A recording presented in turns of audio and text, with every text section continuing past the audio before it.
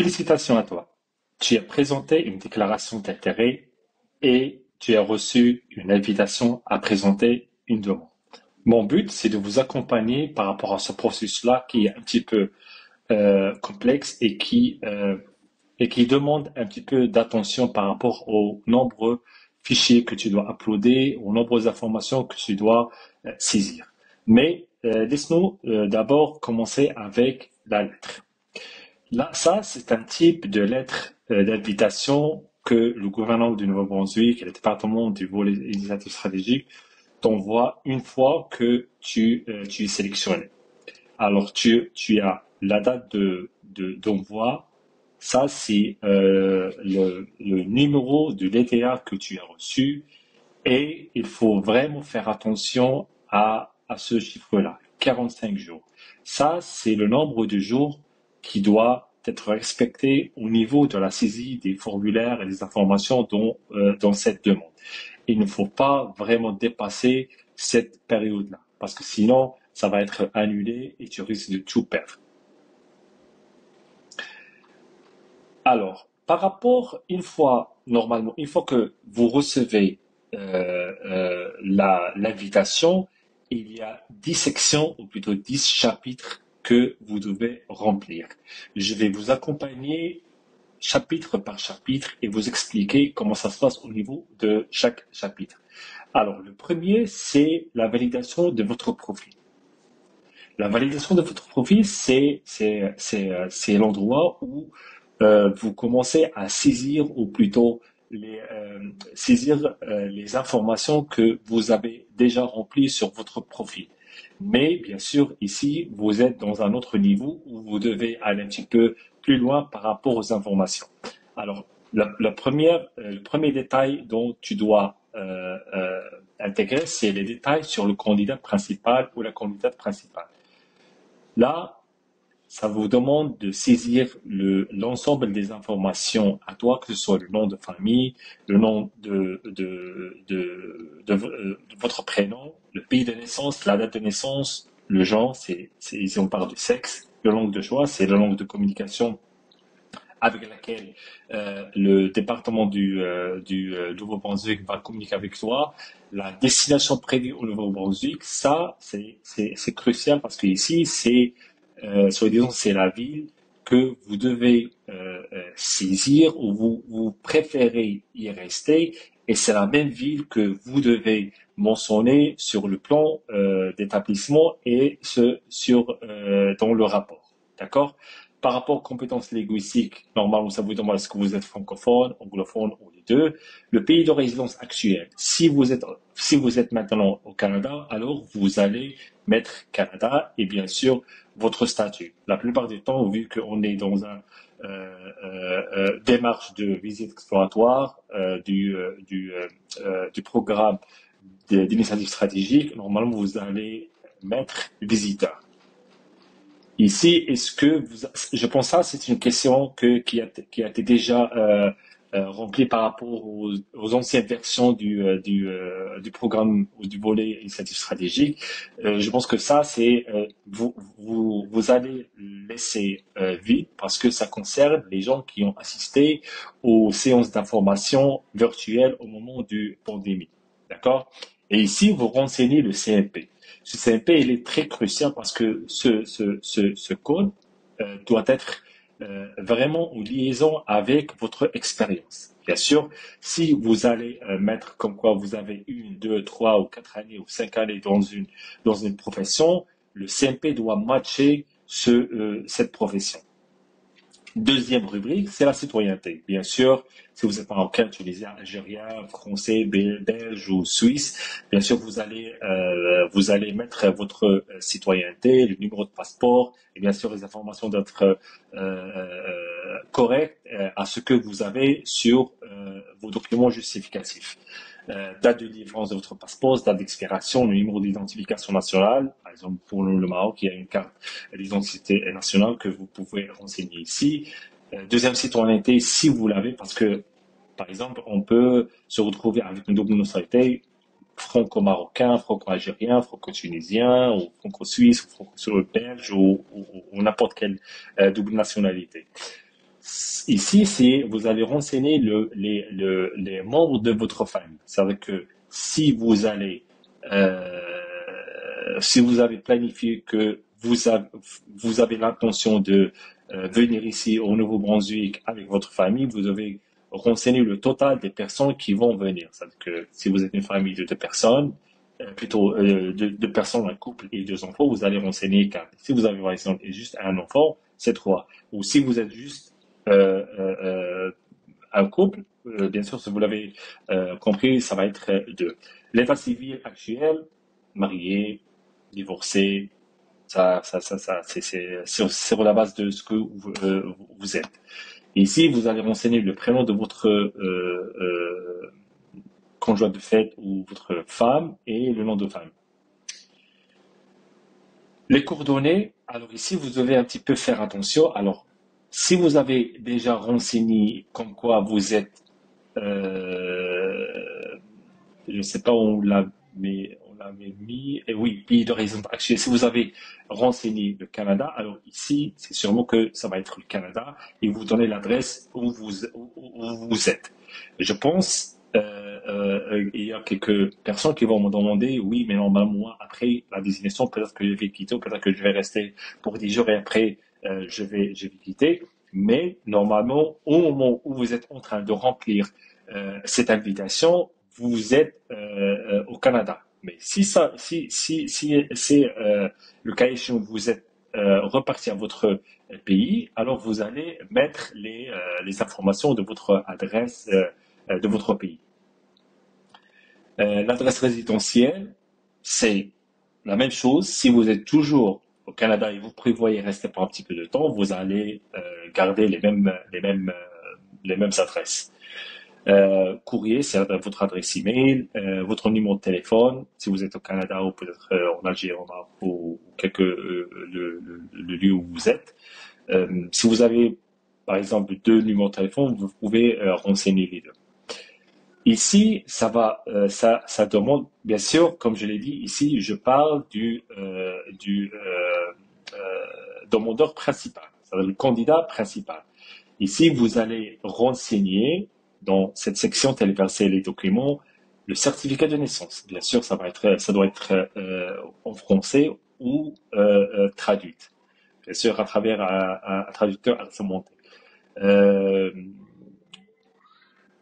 Certificat de naissance, une photo. Moi, ici, j'ai mis quatre parce qu'il y avait moi, ma femme et mes deux enfants. D'accord? Le passeport.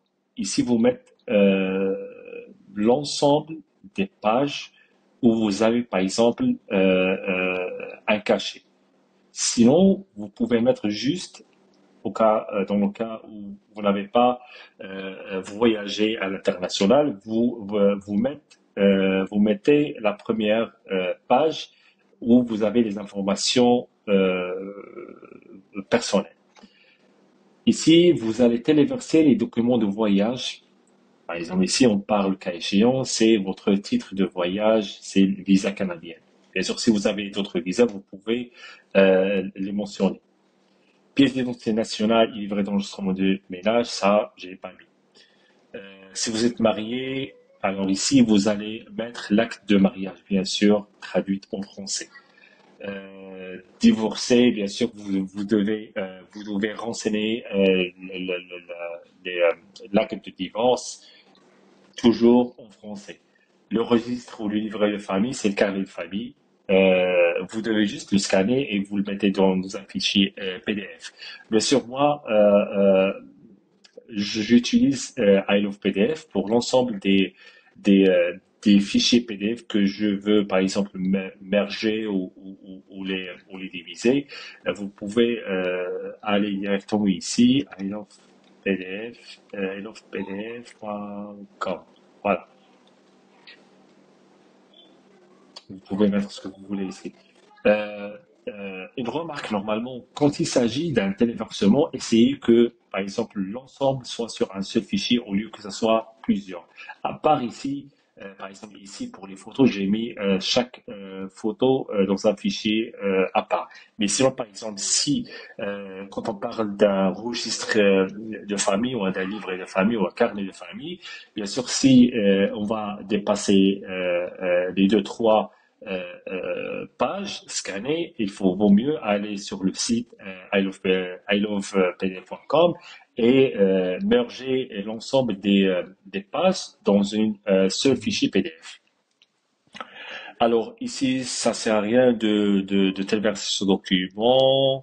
L'heure d'invitation, ça c'est dépassé. Et ici, c'est le plan d'établissement. Alors le plan d'établissement, c'est un ensemble plan d'établissement. Voilà. Je vais juste y passer par rapport à ce document, mais bien sûr, je vais préparer une autre vidéo où je vais exactement parler de ce que vous devez mettre. Alors, ça, c'est le plan d'établissement, c'est lié par rapport aux candidats qui sont sur le volet une stratégie de nouveau conduit. Et c'est un document qui est rempli par le demandeur principal où il doit répondre à ces questions-là. Bien sûr, ici c'est pas une ou deux lignes, mais normalement vous devez vraiment aller dans le détail parce que ça se base sur ce que vous avez entamé dans votre visite exploratoire. Mais bien sûr, comme je l'ai dit, ça, je vais en revenir par la suite dans une autre vidéo où je vais expliquer exactement ce que vous devez inclure, que ce soit sur le plan d'établissement ou sur le rapport de votre visite. Alors ici, vous allez bien sûr après rédaction de votre plan d'établissement, vous devez l'inclure ici et l'uploader. Alors ça, c'est par rapport au demandeur principal. Le deuxième step, c'est vos antécédents personnels. Toujours on parle euh, la personne en question, c'est avec le candidat principal.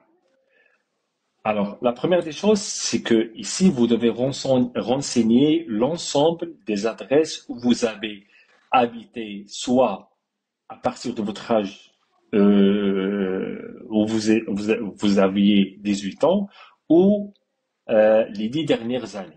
D'accord? Vous devez vraiment, moi normalement c'était plus que cette adresse, mais celle-là je l'ai mis juste à titre d'exemple, mais normalement vous devez vraiment compter 10 années en arrière et vous mettez exactement l'ensemble des adresses, les pays où vous avez habité. D'accord?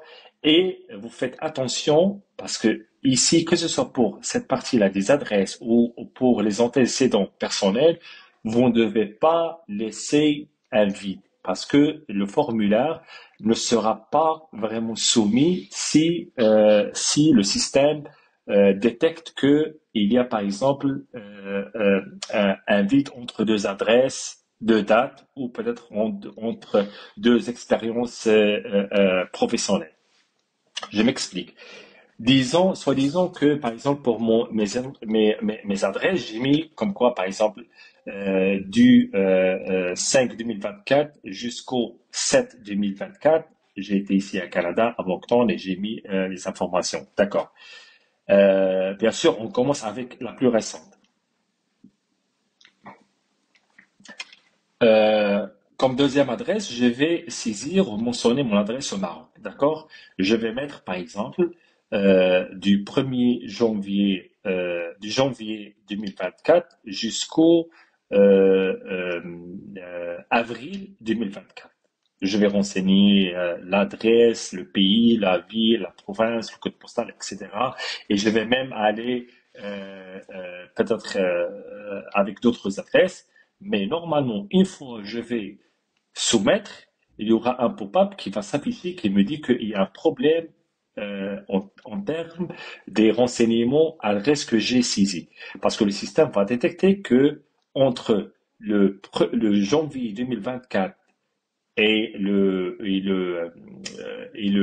avril 2024, qui est la date de mon deuxième adresse, Et cette adresse-là, il y a un mois de différence. J'ai pas informé le système que entre avril 2024 et mai 2024, ici, c'est comme s'il ne sait pas où j'étais. Alors, c'est pour ça que vous devez vraiment essayer de coller les adresses, que ce soit par rapport aux adresses ici ou par rapport aux antécédents personnels.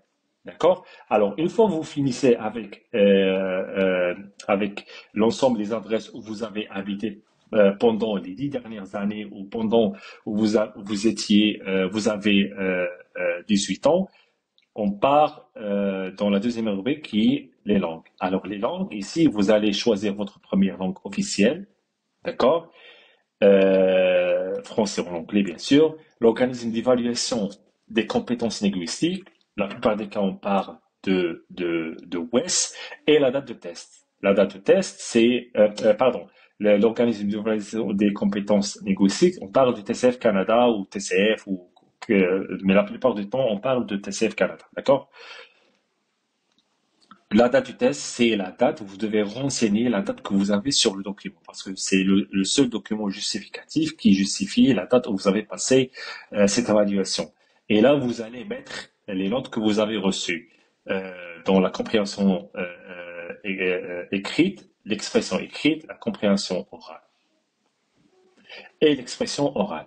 Et bien sûr, vous devez saisir le numéro de référence que vous allez sur votre attestation d'évaluation.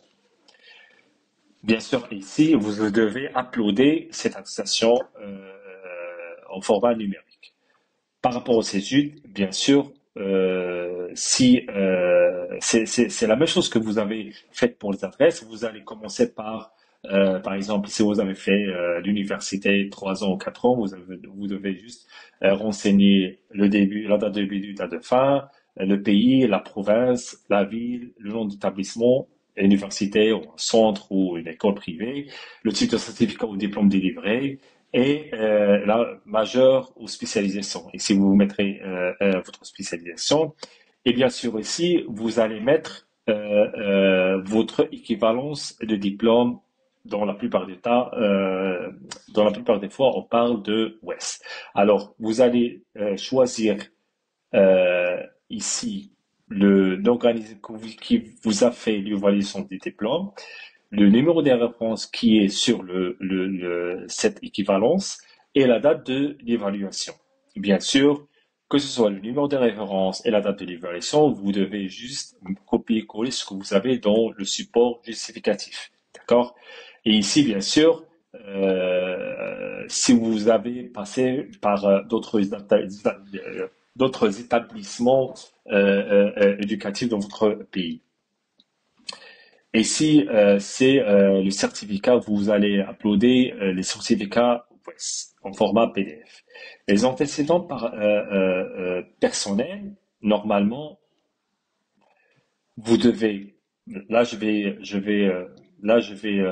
lire ce qu'il est déjà écrit. Donnez des détails sur vos antécédents personnels depuis l'âge de 18 ans ou au cours des 10 dernières années, selon la période la plus récente.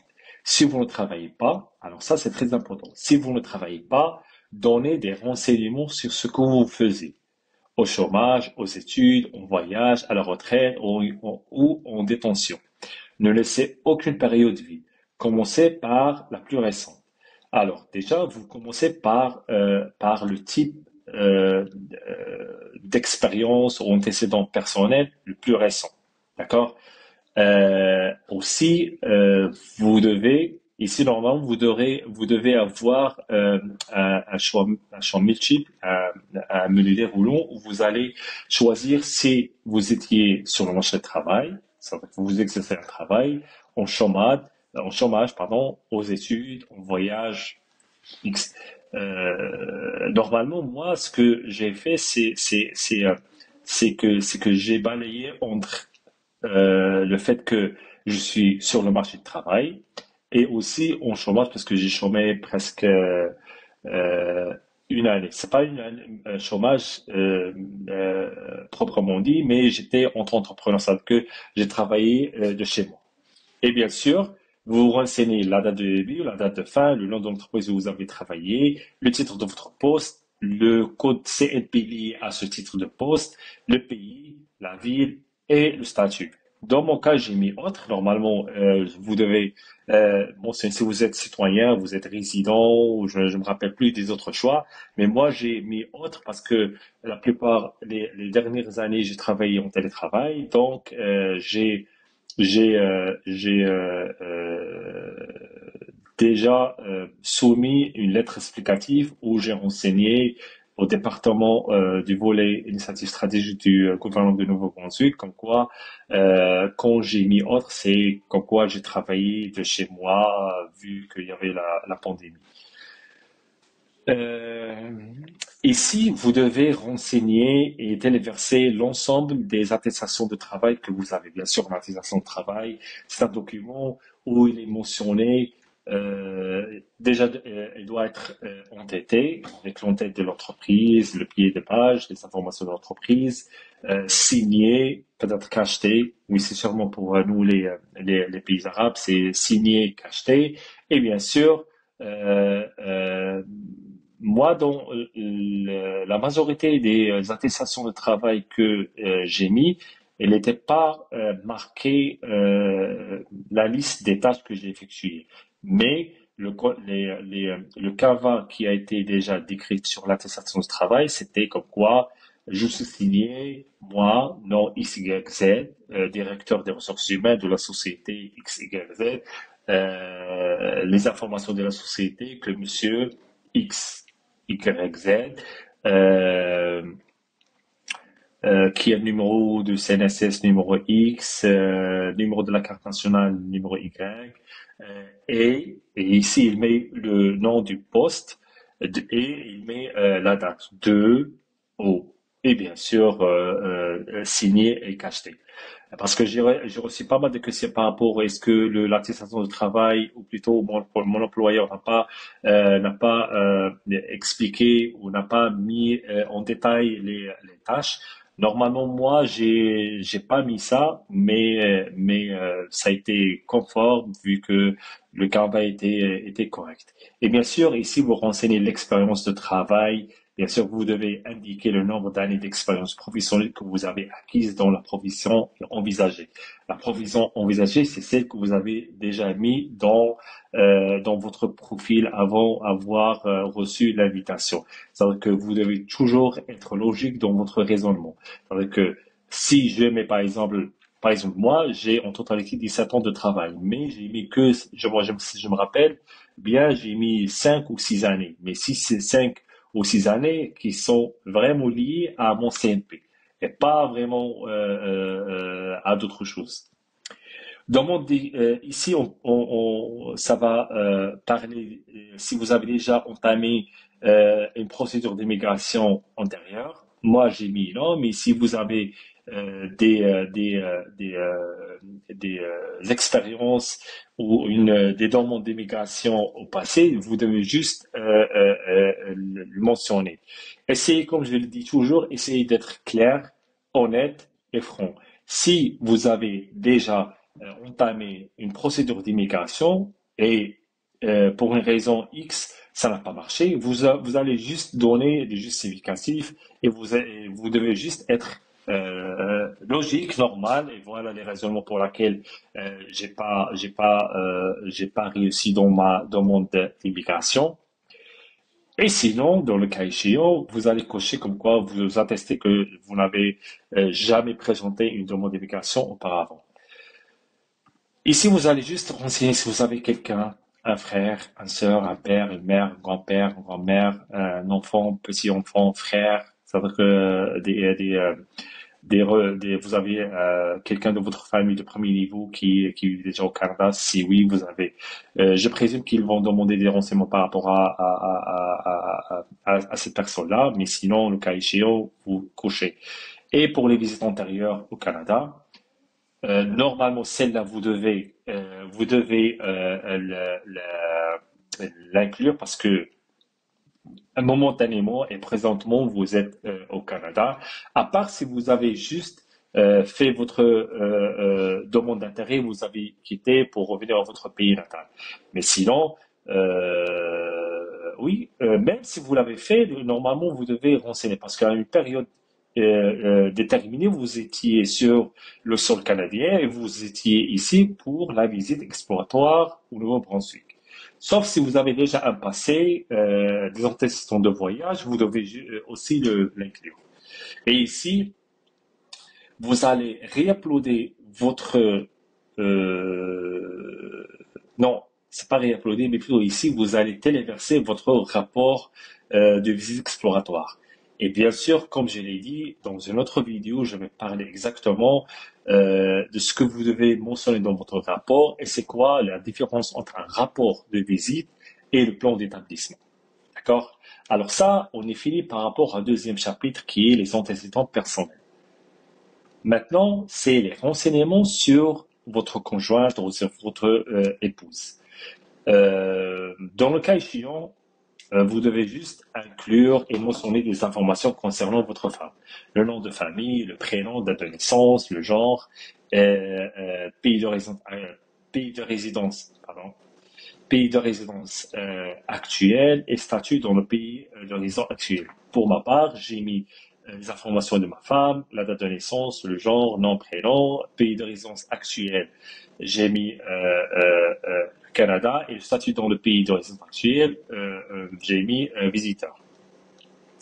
Est-ce qu'il va vous accompagner dans votre démarche pour venir s'installer ici au Nouveau-Brunswick?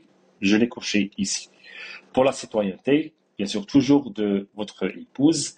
Bien sûr, vous renseignez la citoyenneté, le numéro de passeport, la date de délivrance, la date d'expiration, le numéro d'identification nationale, et si vous avez, s'il est porteuse d'une double nationalité. Les relations précédentes, rien, bien sûr, rien à signaler.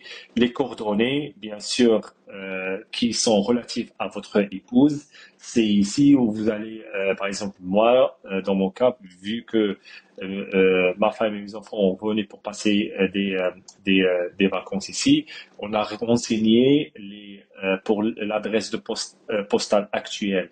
On a mis l'adresse marocaine, mais l'adresse résidentielle, on a mis l'adresse du Canada. Le courriel aussi, l'adresse email, le numéro de téléphone, et voilà. Pour les documents, bien sûr, je vais téléverser son certificat de naissance, sa photo, même que je l'ai déjà fait dans un premier temps, mais je vais rien perdre si je vais le renseigner, téléverser encore une fois ici. Le passeport, son passeport, le document de voyage, c'est là où mentionné, où elle est mis son visa canadien ou s'il a d'autres types de visa. Et bien sûr ici, là j'ai rien mis puisqu'on n'est pas, c'est pas divorcé, certificat de décès, rien. Et l'adresse, c'est la même chose. On commence avec l'adresse où il a habité les 10 dernières années ou à partir de l'âge de 18 ans. Et bien sûr, on fait vraiment attention à ne pas laisser des vides entre les dates. Les langues, j'atteste que mon épouse, conjoint de fait, n'a pas obtenu de pointage pour le test de compétences linguistiques. Sinon, dans le cas contraire, si votre femme épouse a passé, par exemple, le test TCF ou l'ALTS, vous allez juste le renseigner comme vous l'avez renseigné pour vous-même. Les études, qu'est-ce qu'elle a fait comme études? Bien sûr, dans le début, de fin, des informations liées à ses études. Les antécédents personnels, c'est bien sûr tout ce qui est expérience professionnelle ou peut-être en chômage. Vous devez juste le renseigner par rapport aux 10 dernières années ou à partir de l'âge de 18 ans.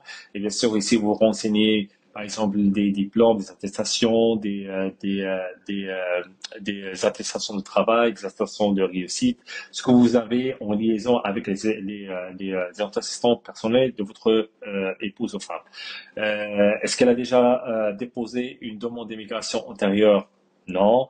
Est-ce que elle a un proche vivant au Canada? Bien sûr que non. Bien sûr, dans le cas contraire, vous devez le renseigner. Les visites antérieures, oui, il a visité l'Ontario, puisqu'on a passé un petit séjour ici au Canada l'année dernière.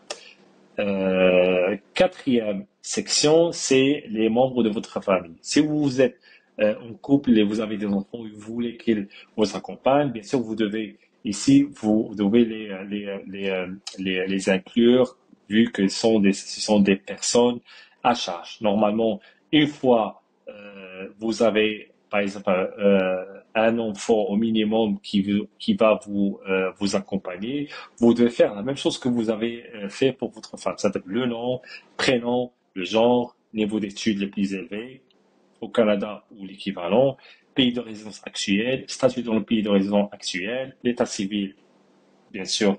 S'il est moins de 18 ans, bien sûr, vous devez vous renseigner si les célibataires ou mariés. Dans le cas échéant, c'est célibataire.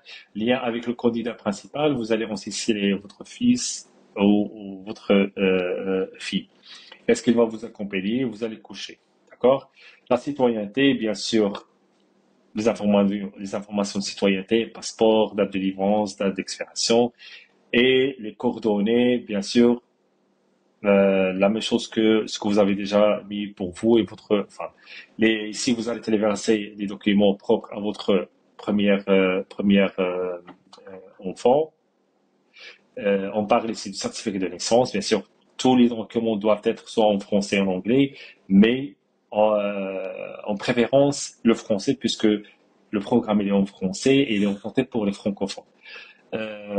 Certificat de naissance, photo, passeport, visa, quoi d'autre? Preuve des études actuelles, oui. Alors ici, vous devez scanner et téléverser, par exemple, si vous avez une attestation des réussites de votre enfant dans l'école où il fait ses études.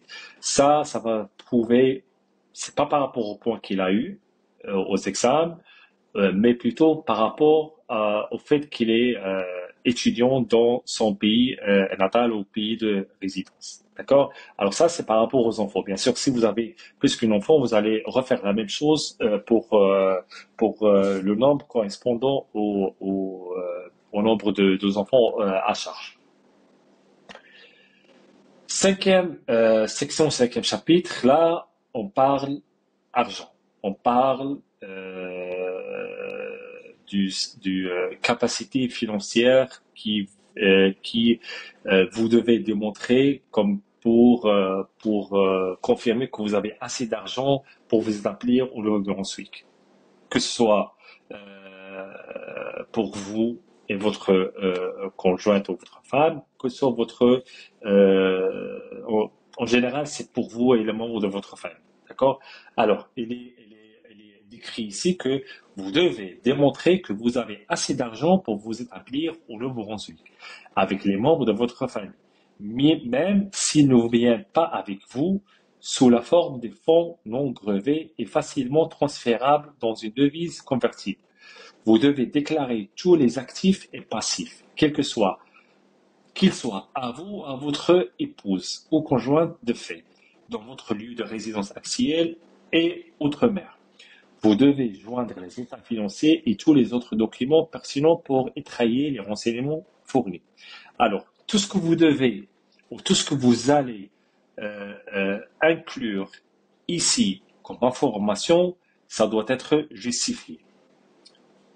Déjà, on parle des comptes courants, c'est avec ce que vous avez dans votre banque. Déjà ici, vous devez renseigner les informations à votre banque, le type de propriétaire du compte. Ici, bien sûr, est-ce que c'est vous, votre femme, le numéro de compte bancaire, le nom de l'établissement, c'est avec le nom de la banque. Quand est-ce que vous avez ouvert ce compte? Le devise correspond à ce compte. Bien sûr, si vous êtes au Maroc, ça doit être le dirham marocain. Si vous êtes en devise, ça doit être le dinar. Bon, quel que soit le pays, ça doit refléter la devise de ce pays. Si vous avez ramené de l'argent ici, par exemple, soi-disant que vous avez créé, par exemple, un compte à TD Bank ou à une autre banque et vous avez déposé, vous faites un virement dans cette banque-là, vous devez renseigner le dollar canadien comme devise et bien sûr, vous devez renseigner et mentionner ce que vous avez en tant que solde actuel. Parce que vous devez quand même le prouver par ce qu'on appelle en anglais un bank statement. Ça veut dire une attestation de votre banque qui atteste que Monsieur XYZ a ce compte-là, numéro, et ça doit prouver exactement le même chiffre que vous avez mentionné ici. Juste que, normalement, je me rappelle très bien que dernièrement, je pense en juin 2024, l'IRCC a mis à jour les fonds d'établissement que vous devez avoir sur la base de membres de votre famille. Ça veut dire que vous devez respecter le minimum qui est décrit euh, sur le site officiel d'IRCC.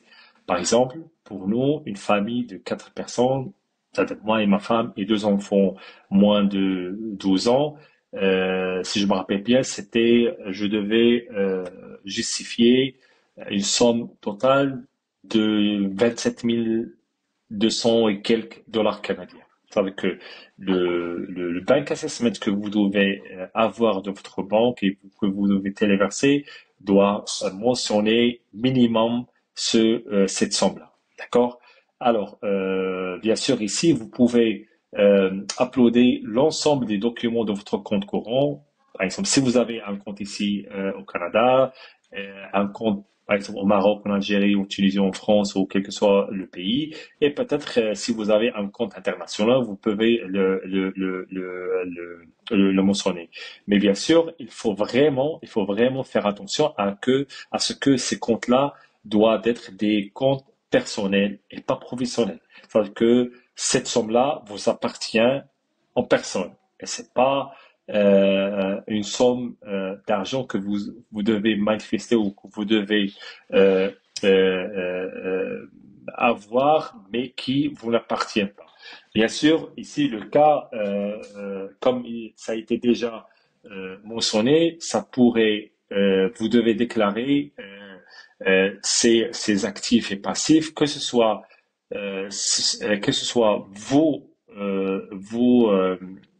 vos comptes courants ou celles de votre femme. D'accord? Alors ça, c'est par rapport au compte courant. Par rapport au dépôt fixe à terme, alors je me rappelle plus ce que cela veut dire, mais vu que dans mon situation, c'était pas le cas qui s'applique à moi. Alors j'ai mis, j'atteste de ne pas avoir des dépôts fixes. Une fois que vous allez renseigner ces informations-là, ce tableau-là va calculer automatiquement ce que vous avez comme avoir net personnel total, bien sûr, on se base sur les comptes courants, le dépôt fixe, les actifs réels, les actions cotées en bourse si vous l'avez, bien sûr, ou des investissements, les pensions, les hypothèques immobilières et si vous avez des dettes ou des passifs personnels. Par la suite, ici, pour les personnes qui ont eu la possibilité de décrocher une promesse ou une offre d'emploi. Pour ma part, c'était pas le cas, mais normalement, si vous l'avez, vous pouvez juste aller vous pouvez juste, si je me rappelle bien, parce que je l'ai essayé pour voir un petit peu comment ça se passe. Normalement, ça va vous demander de remplir, pas vous, mais plutôt votre employeur, remplir un document PDF qui regroupe l'ensemble des informations liées à la société pour pouvoir savoir si cette société peut vous accorder ce poste-là. D'accord? Mais sinon, pour ma part, je n'avais pas une offre d'emploi, alors j'ai totalement laissé ça. Septième et avant-dernière, je pense, section, c'est là où vous devez démontrer votre consentement et votre déclaration. Là, normalement, c'est un fichier PDF que vous devez télécharger et le remplir. Normalement, ça concerne pas, ou plutôt ça représente pas vraiment beaucoup d'informations que vous devez remplir, mais juste votre nom, prénom, je pense date de naissance et à la fin vous devez le signer. Quand on parle de signature, on parle de juste taper votre nom et prénom. D'accord? C'est pas imprimer, signer et le rescanner. Et ici, comme vous pouvez le voir, normalement c'était en double parce qu'il y avait mon consentement personnel et celle de ma femme. D'accord? Et ici, sur la base de ce que vous avez déjà rempli, vous allez être ramené à voir votre résumé de pointage. Bien sûr, normalement, ici, on parle d'un autre type de pointage qui se base sur ce que vous avez déjà renseigné auparavant, plus ce que vous venez de remplir. Et bien sûr, ce résumé comprend les 5 critères d'admissibilité comme dans la déclaration, la demande de déclaration d'intérêt, c'est l'âge, la langue, l'étude, l'expérience de travail et l'adaptabilité. Une fois que c'est bon et vous soumettez, vous devez par la suite payer en ligne les frais qui sont de $250, d'accord, avec bien sûr votre carte internationale, mais je pense que elle a été mentionné qu'il y a possibilité, je vais juste m'assurer ici, 250, voilà, pour les frais, avant de soumettre votre candidature, vous devez payer, voilà, oui, les frais de traitement de $250 canadiens sont payables par Visa, Mastercard, Discover, American Express ou Interact, bien sûr, si vous avez déjà un compte bancaire ici au Canada. Et une fois que c'est déjà fait, normalement, vous devez recevoir une confirmation dans votre boîte email et une notification ici dans votre profil comme quoi les paiements ont été reçus et vous n'avez que attendre le département du volet stratégique du gouvernement du Nouveau-Brunswick si jamais il vous revient par messagerie ou peut-être par appel téléphonique. Et juste entre parenthèses, si vous avez reçu un appel masqué après votre dépôt ou plutôt après, oui, après votre dépôt de demande, normalement vous devez répondre parce que ça, c'est le gouvernement qui doit peut-être justifier avec vous ou demander des informations supplémentaires par votre demande. Voilà, c'était long, mais quand même j'ai essayé de parcourir les, euh, l'ensemble des informations que vous devez remplir, que ce soit pour avoir des informations pertinentes et correctes à cette demande-là, parce que c'est ici que vous devez vraiment être attentif, comme je l'ai déjà présenté au début. Vous devez être attentif, correct, clair, honnête et franc. C'est-à-dire que vous pouvez, pour ne pas avoir euh, des pénalités ou un impact négatif par rapport à votre demande, essayez de vraiment mettre tout ce qui est réel, tout ce qui est réalistique, tout ce qui est correct, tout ce qui est justificatif, et bien sûr mettre les documents et faire attention aux documents que vous allez téléverser. À la fin, merci beaucoup pour votre voisinage de cette vidéo-là. Bien sûr, n'essayez pas de commenter, euh, de liker la vidéo, bien sûr, le partage avec vos amis, parce que moi, si je partage ça avec vous, parce que je savais pas qu'il y avait, j'ai pas trouvé une personne qui pourra m'aider par rapport à ça, surtout que entre les vidéos qui sont sur YouTube, qui sont euh, outdated, vu qu'il y avait la pandémie, le système qui était dans la période de la pandémie du Covid, c'était pas vraiment le même système que maintenant. Il y a pas mal de choses qui ont été changées. Et bien sûr, dans ma nouvelle prochaine vidéo, je vais vous expliquer comment ça se passe au niveau du plan d'établissement, qui est un facteur très crucial dans votre demande et surtout dans cette partie-là. Et aussi, qu'est-ce que vous devez renseigner comme information et aussi par rapport au rapport de votre visite stratégique. À la fin, bien sûr, je ne cesse pas de vous aviser de garder l'ensemble des supports que vous avez reçus, la date d'embarquement, si vous avez, bien sûr, vous avez loué, par exemple, un Airbnb ou sur Booking ou une petit appartement pour une longue ou courte séjour, de garder les justificatifs de paiement, les reçus. Si vous avez passé, vous avez fait vous avez passé d'une ville à une autre, vous devez quand même garder vos reçus de transport, tout ce qui est crucial et qui justifie votre visite ici aux provinces du Nouveau-Brunswick, parce que vous devez et vous allez l'inclure dans votre rapport de stage. Merci beaucoup et à la prochaine vidéo.